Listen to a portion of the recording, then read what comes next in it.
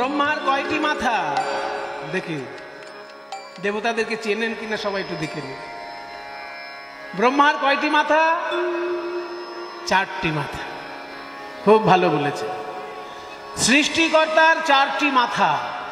কেন না 4 মুখে তিনি 4 বেদ উচ্চারণ করেছেন। আরো কেন না তিনি জনগণের কল্যাণের জন্য 4টি বিষয়ের শাস্ত্র তৈরি করেছেন। ধর্মশাস্ত্র, অর্থশাস্ত্র, কামশাস্ত্র এবং মোক্ষশাস্ত্র। ধর্ম, অর্থ, কাম, মোক্ষ 4 রকমের শাস্ত্র তার মুখ থেকে বেরিয়েছে, 4টি বেদ তার মুখ থেকে বেরিয়েছে। তাই 4টে বদন ব্রহ্মার। কিন্তু এই ব্রহ্মার যখন মৃত্যু হয়, এনারও কিন্তু মৃত্যু হয়। আমাদের কাছে ব্রহ্মা অমর, কিন্তু ব্রহ্মার কাছে ব্রহ্মা অমর নয়।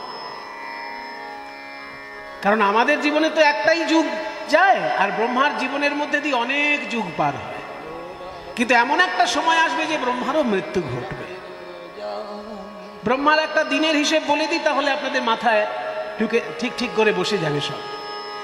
আমাদের যে যুগ চলছে, এই যুগটার নাম কি? কলিযুগ। এর আগের যুগটার নাম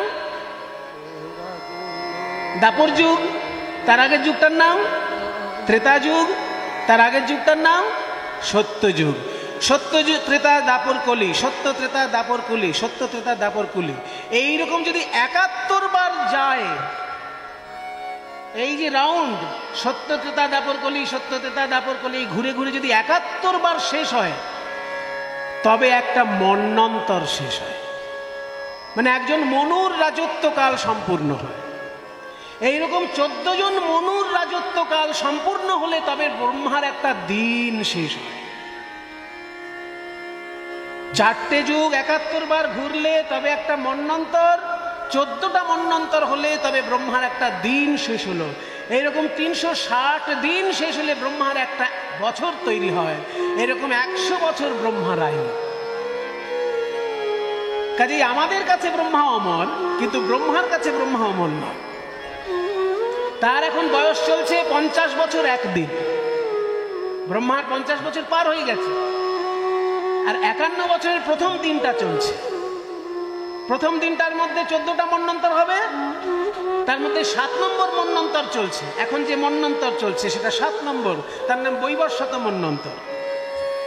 এই 7 নম্বর বৈবস্বত মন্বন্তরের মধ্যে 71 বার 4 যুগ হবে।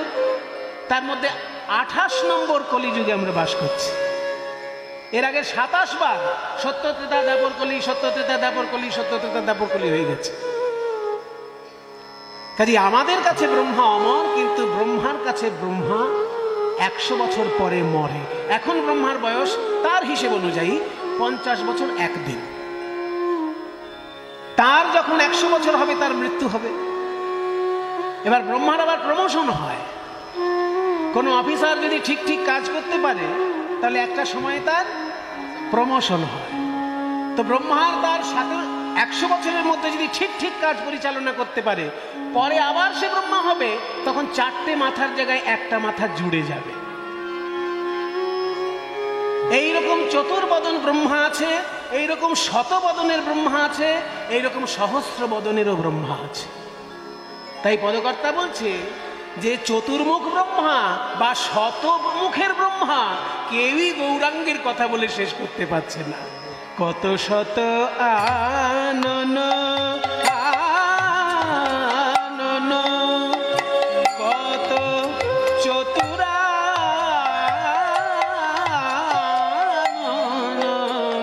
কত শত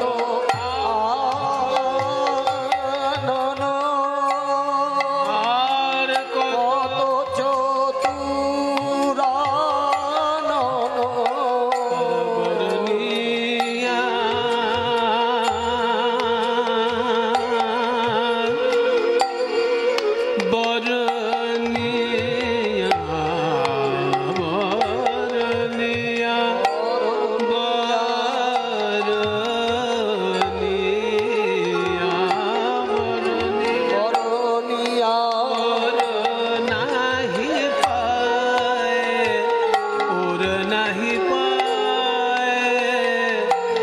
মানে সীমা, ওর নাহি পায় মানে সীমা পায় না, সীমা পায় না, সীমা পায় না, পায় না, পায় না, পায় না, বদলি আয়োর নাহি পায়, নাহি পায় গো গোরা গুণ কহলে না যায়, আমার গোরা গুণ কহলে না যায়।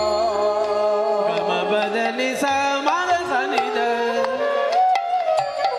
গম বদলি সা মগ সনি দ, ধনি নি ধনি নি ধনি পদ পদ পদ মব মদ মব মদ পদ মব মগ, গম বদলি সা রে সনি দ ম গম বদলি সা গ সনি দ ব মগ, বদলি সা মগ সনি দ ব মগ, সনি দ নি দ প দ ব ম প মগ স, গোরা গুণ কহলে না যায়, না যায় গো গোরা গুণ কহলে না যায়, আহা গোরা গুণ কহলে না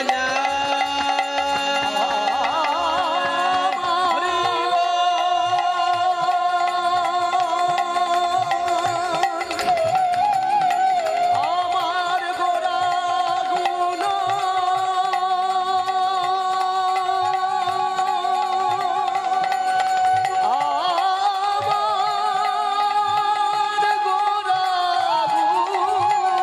গোরা গুণ কহলে না যায়, গোরা গুণ কহলে না যায়, গোরা গুণ কহলে না যায়, না যায় গো। আমার গোরা গুণ কহলে না যায়, গোরা গুণ কহলে না যায়, না যায়, না যায়, না যায় গো। গোরা গুণ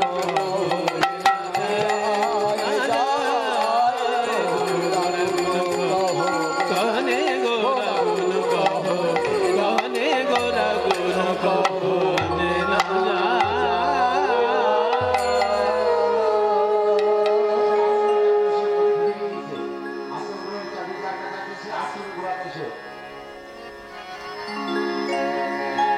তাহলে আজকে আমরা ব্রহ্মার কথা শুনলাম। চারটে বদন নিয়ে তিনি চার বেদের মন্ত্র পাঠ করছেন, চতুর্যুগের মানুষের কল্যাণ কামনা করছেন। সেই ব্রহ্মা যখন বৃন্দাবনে এসেছিলেন, ওনার আবার একবার বৃন্দাবনে আসার শখ হয়েছিল। শখ হয়েছিল এই জন্য বললাম যে ব্রহ্মা কিন্তু নিজের ক্ষেত্রে শ্রেষ্ঠ দেবতা, কিন্তু হলে কি হবে, শ্রীকৃষ্ণ এমন জায়গায় থাকেন কোনোদিন কৃষ্ণ দর্শন ব্রহ্মার কপালে জোটেনি। কারণ ব্রহ্মা যেখানটা থাকেন সেটা হচ্ছে একটা পদ্ম ফুল। সেই পদ্ম ফুলে ব্রহ্মা বসে আছেন, আর পদ্ম ফুলের গোড়াটা রয়েছে বিষ্ণুর নাভিতে। বিষ্ণু শুয়ে রয়েছেন বিরাট বড় একটা সাগরে সাপের বিছানা করে। এই গোটা ব্যাপারটা একটা ডিমের মধ্যে ঘটছে। সেই ডিমটার নাম হচ্ছে ব্রহ্মাণ্ড। এই ব্রহ্মাণ্ডগুলো যেখানে ভাসছে তার নাম কারণ সমুদ্র। এর ঊর্ধ্বে হচ্ছে বৈকুণ্ঠ, আর বৈকুণ্ঠের ঊর্ধ্বে হচ্ছে গোলক ধাম। গোলকে থাকে কৃষ্ণ, তার নিচে বৈকুণ্ঠ, আর তার নিচে হচ্ছে কারণ সমুদ্র এবং এই ব্রহ্মাণ্ড বলুন, আর বিষ্ণু শুয়ে আছে বলুন, সব নিচে। কাজে বৈকুণ্ঠেও ব্রহ্মা যায়নি, আর তার উপরে গোলক ধামেও ব্রহ্মা যায়। সেই জন্য শ্রীকৃষ্ণ দর্শন ব্রহ্মার কপালে হয়।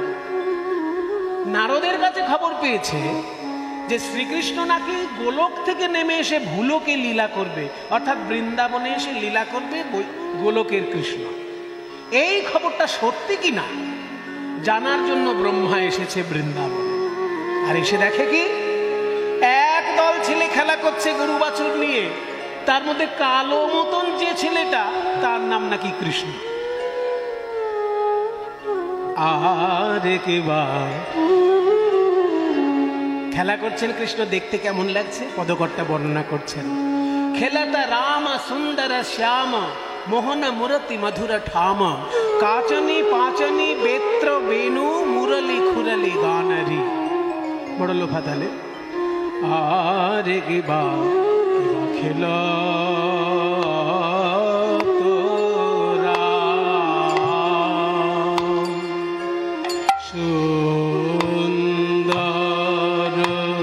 শ্যাম মোহন মূরতি মধুর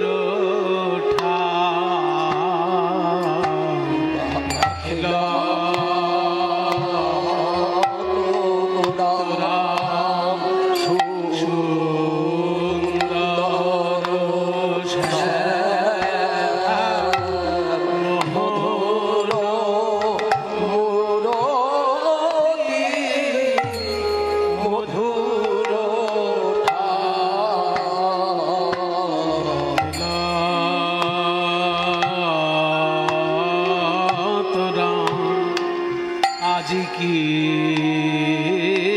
আনন্দ খেলা আজি কি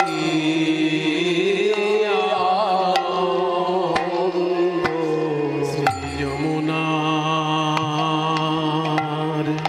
তীরে কি আনন্দ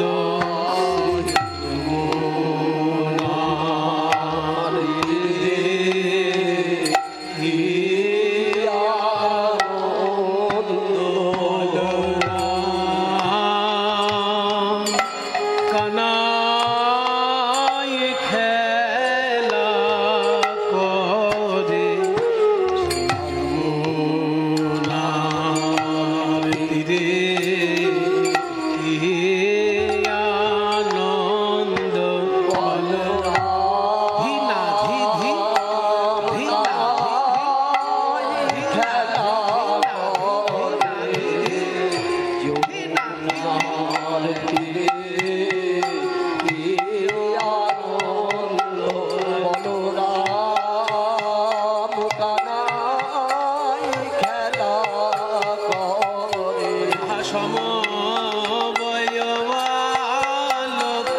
সমবয়বালকোষণে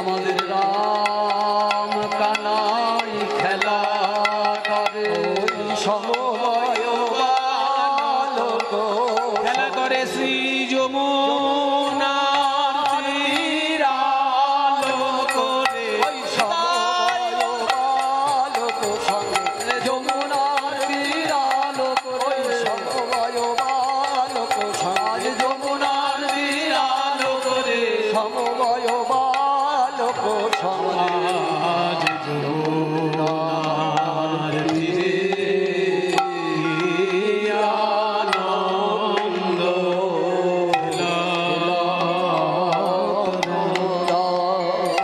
খেলাতে রাম সুন্দর শ্যাম মোহন মূরতি মধুর ঠাম কাঁচনি পাঁচনি কাঁচনি পাঁচনি বেত্র বেনু কাচনি পাচনি বেত্র বেনু কাঁচনি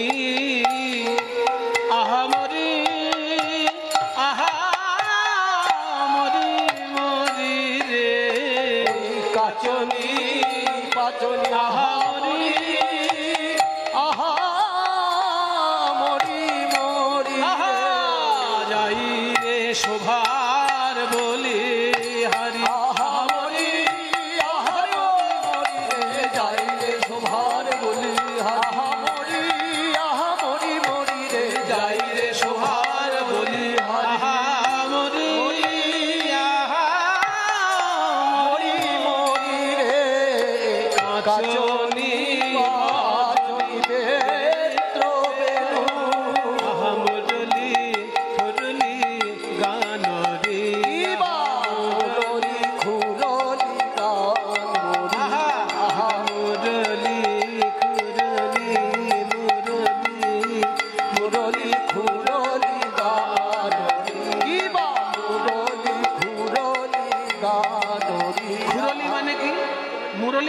বাঁশি বুঝলাম। মুরলী মানে বিশেষ ধরনের বাঁশি। মুরলী মানে বাঁশি বলে দিলে হবে না, বিশেষ ধরনের বাঁশি একটা মুরলী, যেটা লম্বায় হতে হবে 2 হাত আর 4টি ছিদ্র থাকবে। হস্তদ্বয়মিতায় আমা মুরলী চারুনাদি। তাহলে এই যে মুরলী মানে 2 হাত লম্বা বুঝলাম, কিন্তু খুরলি জিনিসটাকে, খুরলি মানে আবার শিঙা। মুরলী খুরলি গানরি কিবা মুরলী খুরলি গানরি কিবা মুরলী বাঁশি বাজায়ে চলে। রাগের মূর্ছনা দিয়ে বাজায় রাগের মূর্ছনা দিয়ে বাজায় রাগের মূর্ছনা দিয়ে বাজায় রাগের মূর্ছনা দিয়ে বাজায় আহা মুরলী খুরলি গানরি কিবা মুরলী খুরলি গানরি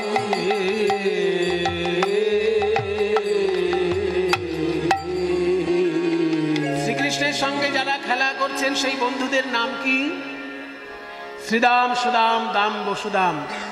বিনয় গান করেছে, বিনয় মণ্ডল সকালবেলায় গান করেছেন, উনি বলেছেন নামগুলো, সেই জন্য সব নামগুলো আমি আর বলছি না। পদকর্তা যে নামগুলো বললেন সেটা হচ্ছে শ্রীদাম, সুদাম। শ্রীকৃষ্ণের বন্ধুরা হচ্ছেন কারা? আরেকবার বলেই দিই, সকালে তো সবাই ছিলেন না মনে হচ্ছে। নামগুলো বলছি, একবার দেখে নিন। শ্রীদাম, সুদাম, দাম, বসুদাম, সুবল, মহাবল, সুবাহু, মহাবাহু, স্তককৃষ্ণ, অর্জুন, লবঙ্গ, মধুমঙ্গল। কয়টি হলো? শুনতে বলেছেন, শুনেছি, গুনতে তো বললেন। তাহলে আরেকবার বলছি। শ্রীদাম, সুদাম, দাম, বসুদাম, সুবল, মহাবল, সুবাহু, মহাবাহু, স্তককৃষ্ণ, অর্জুন, লবঙ্গ, মধুমঙ্গল। 12 জন বন্ধু। এই 12 জন শ্রীকৃষ্ণের সখা, তাদেরকে বলা হয় দ্বাদশ গোপাল। 12 জন তারা বন্ধু। এই 12 জন ছাড়াও শ্রীকৃষ্ণের আরো বন্ধু আছে। তারা হলেন হলায়ুধ, বরুথপ, গন্ধর্ব, কিঙ্কিনী, অংশুমান, ভদ্রসেন, বসন্ত, বিলাসী, উজ্জ্বল, কোকিল, কলবিঙ্ক, পুণ্ডরিক। কটা হলো? এইবার আর আমরা ভুল করিনি, এবার গুনেছি সবাই। তাহলে 12 24 জন শ্রীকৃষ্ণের বন্ধু। এতজন বন্ধুর নাম বললে গানটা লেখার তো আর মাধুর্য থাকবে না, ওই জন্য প্রধান 2 বন্ধুর নাম বলে দিয়েছে। প্রিয় শ্রীদাম, সুদাম মে, ওই প্রিয় শ্রীরাম, প্রিয় শ্রীরাম, প্রিয় শ্রীরাম, সুদাম মেলি তপন তনয়া তীরে কেলি। প্রিয় শ্রীরাম, সুদাম মেলি তপন তনয়া তীরে গেলি। ধবলি শ্যামলি আউরি আউরি, আহা ধবলি শ্যামলি আওরি আওরি পুকারি চলতে কানরি। কিবা ধবলি শ্যামলি আওরি আওরি ফুকারি চলত কানরি।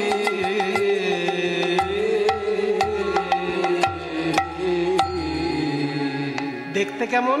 বয়সে কিশোর নবীন ভাতি, বয়সে কিশোর নবীন ভাতি, জৈসে ইন্দু জলদ কাঁতি। বয়সে কিশোর নবীন ভাতি, জৈসে ইন্দু জলদ কাঁতি।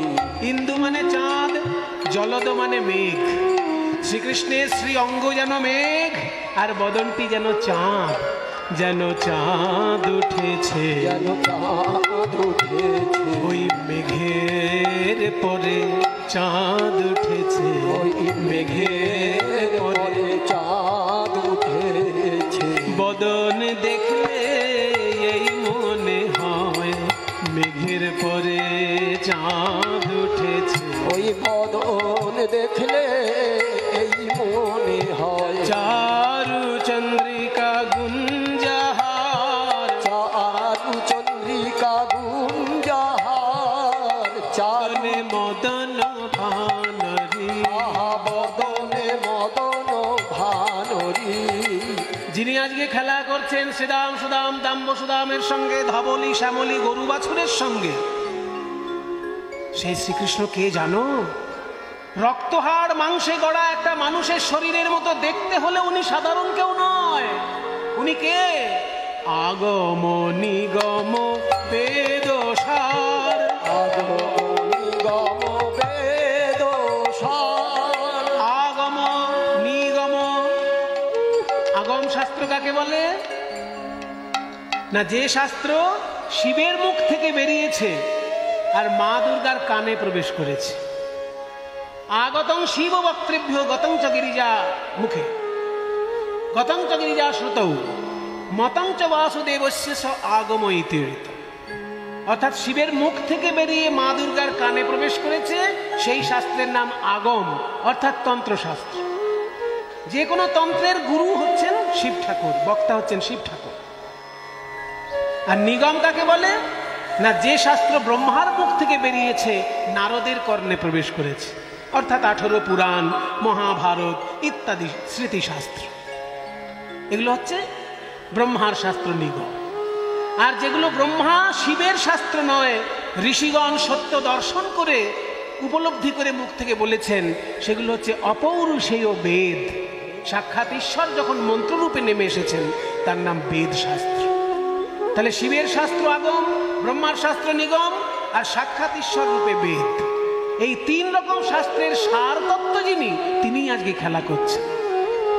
কিন্তু এত সুন্দর বৈষ্ণব পদ যিনি লিখেছেন, এত সুন্দর পদের লেখক চণ্ডীদাস, বিদ্যাপতি, গোবিন্দ দাস, জ্ঞানদাস নন। এত সুন্দর পদ যিনি লিখেছেন, তিনি হলেন একজন মুসলমান। আশ্চর্য আমাদের এই দেশ ভারতবর্ষ, আশ্চর্য আমাদের এই দেশ সোনার বাংলা, যেখানে হিন্দু, মুসলমান, বৌদ্ধ, খ্রিস্টান সকলে মিলেমিশে ঈশ্বরের উপাসনা করেছেন, একসঙ্গে গান বাজনা করেছেন। আর আমাদের দেশের অসুস্থ রাজনীতি বারবার মানুষের মধ্যে ভেদাভেদ তৈরি করছে। দেখুন, মুসলমান লিখেছে এত সুন্দর পদ, আজকে সে মুসলমান কই? কোটি কোটি মুসলমান জন্মগ্রহণ করছে, বৈষ্ণব পদাবলী লেখার মতো মুসলমান কই? সেই উদার হৃদয় নিয়ে কজন মুসলমান জন্মগ্রহণ করছে? যে হৃদয় নিয়ে নজরুল ইসলাম জন্মগ্রহণ করেছেন, যে হৃদয় নিয়ে এই বৈষ্ণব পদাবলীর পদকর্তা জন্ম নিয়েছে। এই পদের লেখক যিনি, তার নাম নাসির মাহমুদ। সেই জন্য তার নাম যখন আমরা বলবো, তাকে আমরা প্রণাম জানাবো।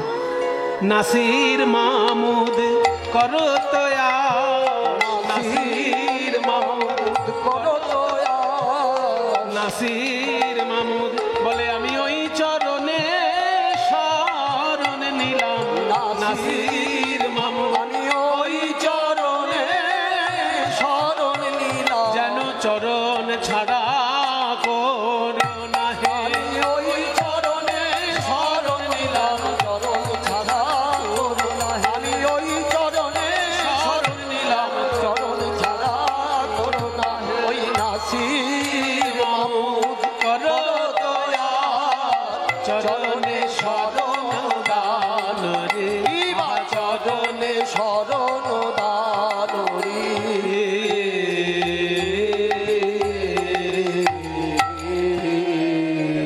খেলা করছেন সখাদের সঙ্গে ভগবান শ্রীকৃষ্ণ, আর ব্রহ্মলোক থেকে দেখতে এসেছেন ব্রহ্মা। কিন্তু তার মনে হলো সন্দেহ, এই ছোট্ট ছেলেটা কি করে ভগবান হতে পারে। জানি তাই আজকে যে আমরা পরিবেশন করছি বাংলার বিশুদ্ধ সংস্কৃতির এক বিশুদ্ধ সঙ্গীত, এই কীর্তন গান, সেই ব্যবস্থাপনা যারা করেছেন, এই গ্রামের অতি সাধারণ মানুষ, তারা দ্বারে দ্বারে ভিক্ষা করে এই অনুষ্ঠান পরিচালনা করেন। এই ভক্তবৃন্দ অনেক কঠোর পরিশ্রম করে এত বড় অনুষ্ঠান করছেন। এনারা আপনাদের কাছে ভিক্ষার আঁচল নিয়ে যাচ্ছেন। যে যেমন পারবেন প্রাণ গোবিন্দ সেবায় দান করবেন। একটা জিনিস জানবেন, আমি আমার জীবন থেকে যতটুকু উপলব্ধি করেছি, যে ঈশ্বরের সেবায় যদি মন খুলে কিছু দিতে পারেন, সে দান কোনোদিন বিফলে যায় না। সে দান যে কত গুণে বৃদ্ধি হয়ে আপনার কাছে ঘুরে আসবে, আপনি বুঝতেও পারবেন না। আমার নিজের জীবনের অভিজ্ঞতা থেকে আমি বলছি, ঈশ্বরের উদ্দেশ্যে যদি কেউ প্রাণ খুলে দান করে, সে দানের শতগুণে সে বৃদ্ধি করে ফিরে পায়। ভগবান গীতায় বলেছেন যে তেষাং নিত্যাভিযুক্তানাং যোগক্ষেমং বহাম্যহম। এটা ভগবানের বাণী, যে যারা আমার প্রতি শরণাপন্ন ভক্ত, তাদের ক্ষেত্রে আমি কি করি জানো? তারা যা পাবে তা তো দেবই, যেটা তাদের পাবার কথা নয় সেটাও আমি তাদেরকে দেব। এটা ভগবানের বাণী। তাই যে যেমন পারবেন প্রাণ ভরে দান করুন। এই দাদারা যাচ্ছেন ভিক্ষার আঁচল নিয়ে আপনাদের কাছে। হতেই পারে না এই ছেলে ভগবান, হতেই পারে না। একদল ছেলে রাখালের মধ্যেই কালো মতন রাখালটা ভগবান। ও যদি ভগবান হবে তাহলে ছোটবেলায় বাড়িতে বাড়িতে মাখন চুরি করেছে কেন? হ্যাঁ, মাখন চুরি কেন করেছে বাড়িতে বাড়িতে? যার চুরি করা অভ্যাস সে আবার অবতার। কাজে আমি এক্ষুনি পরীক্ষা করে দেখব কেমন এই ছেলে, যে গরু বাছুর নিয়ে খেলা করছে, যে রাখালদের নিয়ে খেলা করছে, সবগুলোকে আমি হরণ করে নেব। ও যদি আবার সৃষ্টি করতে পারে, কারণ সৃষ্টি করার অধিকার শুধু আমার। আমি সৃষ্টিকর্তা ব্রহ্মা, আমি ছাড়া কেউ সৃষ্টি করতে পারে না। ও যদি সৃষ্টি করে নিতে পারে আবার, তবেই জানবো ভগবান। আজকে পড়েছে আমার হাতে, আমাকে এরকম ভেলকি দেখানো চলবে না। বৃন্দাবনের গোয়ালাগুলোকে বোকা বানিয়েছে, আর লোকে ভাবছে ও ভগবান। ছোট্ট একটা ছেলে লোকের বাড়িতে চুরি করে মাখন খেয়ে বেড়ায়, সে হবে ভগবান? এই বলে ব্রহ্মা তার ব্রহ্মশক্তি প্রয়োগ করে সমস্ত রাখাল আর সমস্ত ধেনুবৎস হরণ করে নিলেন। শ্রীরাম কানাই, ওরে শ্রীরাম রে,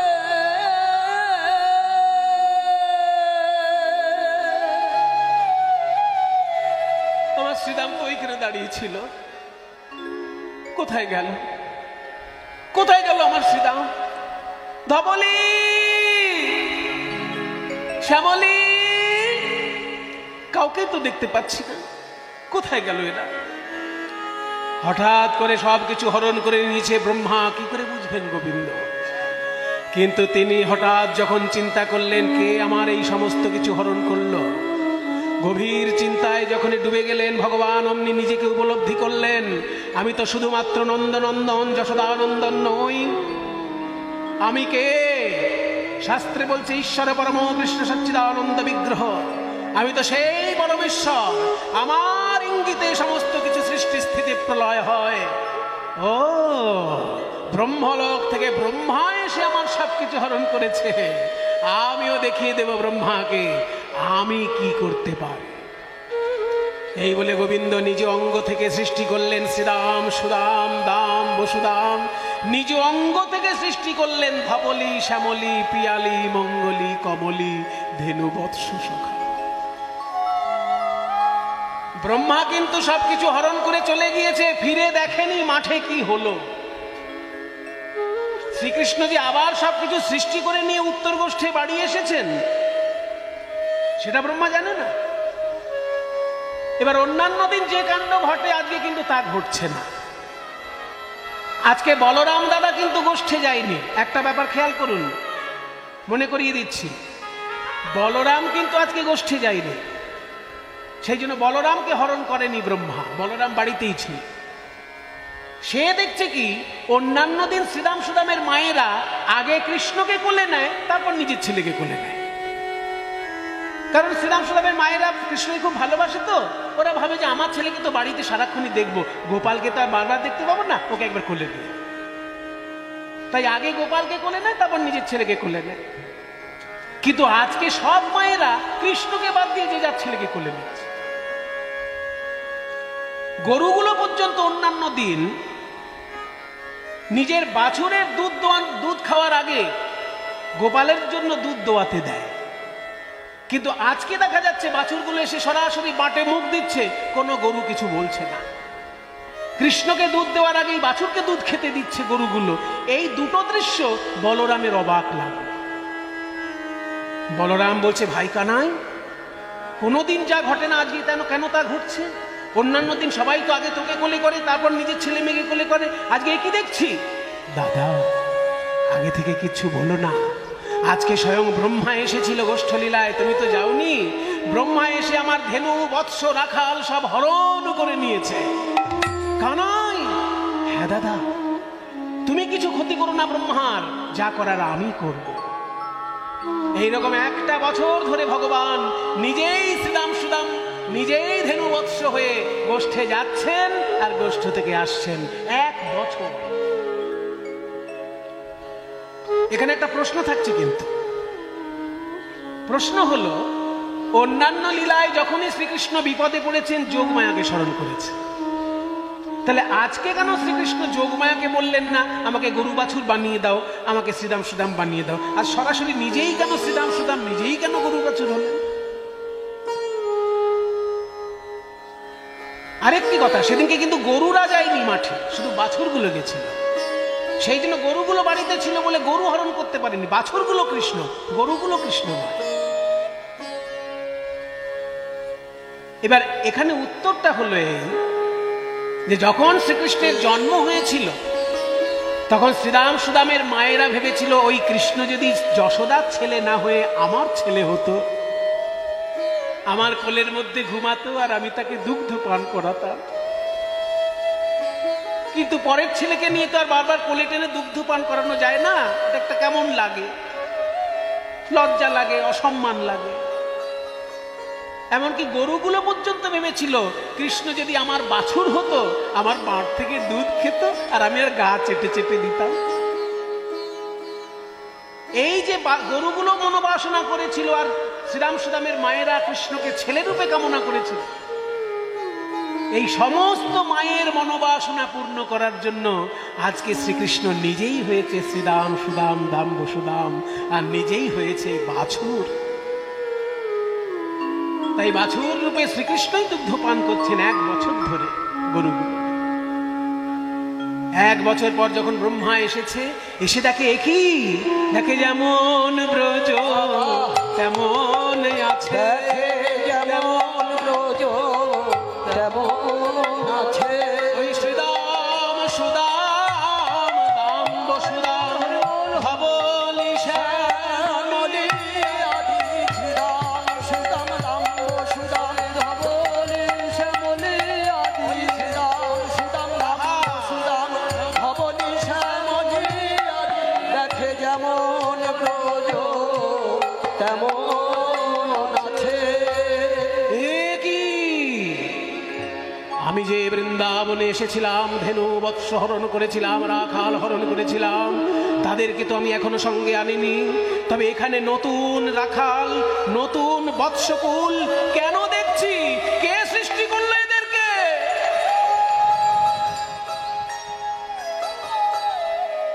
আমি তো জানি বিশ্ব ব্রহ্মাণ্ডের মধ্যে আমি একাই সৃষ্টিকর্তা, কিন্তু বৃন্দাবনে তাহলে কে সৃষ্টি করলো এই শ্রীরাম সুদাম, এই বাছুরগুলোকে? তাহলে কি আমার মারাত্মক ভুল হয়ে গেছে? হ্যাঁ হ্যাঁ হ্যাঁ, নিশ্চয়ই আমার ভুল হয়ে গেছে, আমার ভুল হয়ে গেছে। ছুটে এসে ব্রহ্মা এসে কৃষ্ণ চরণে আছাড়, ও হে ভগবান,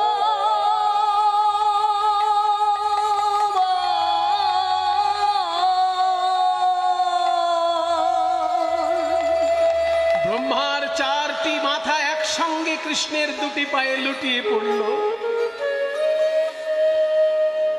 আটটি নয়নের জলে শ্রীকৃষ্ণের দুটি রাঙা চরণ ভেসে যায়, আর করজোড়ে প্রার্থনা করছেন, ক্ষমা প্রার্থনা করছেন ব্রহ্মা।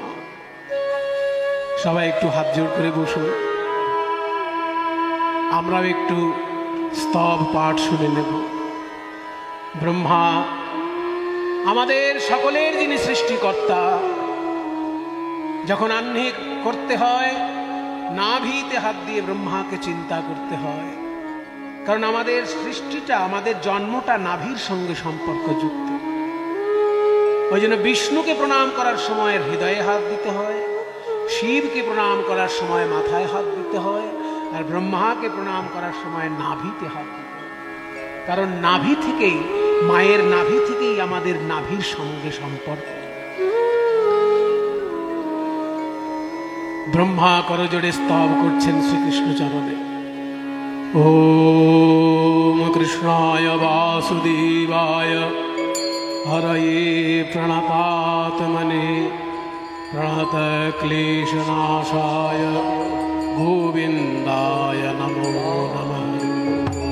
ईश्वर परम कृष्ण सच्चिदानंद विग्रह अनादिरादि गोविंद सर्वकारण कारणम अथापि ते देव प्रसादल्लेशानुगृहीत एव हि जनाति तत्त्वं भगवन् महिमनः न चान्यो एकोऽपि चिदं विचिन्वन् श्यामं हिरण्यपरिधि वनमाल्यवरः धातु प्रवालनटवेशमनुव्रतांशे विन्यस्तहस्तवितरेण धुनानमभयं कर्णोदपलालककपोलमुखाब्जहासं बरहापीडं नटवरवपुः कर्णयोः कर्णिकारं बिभ्रद्वासकनककपीशकं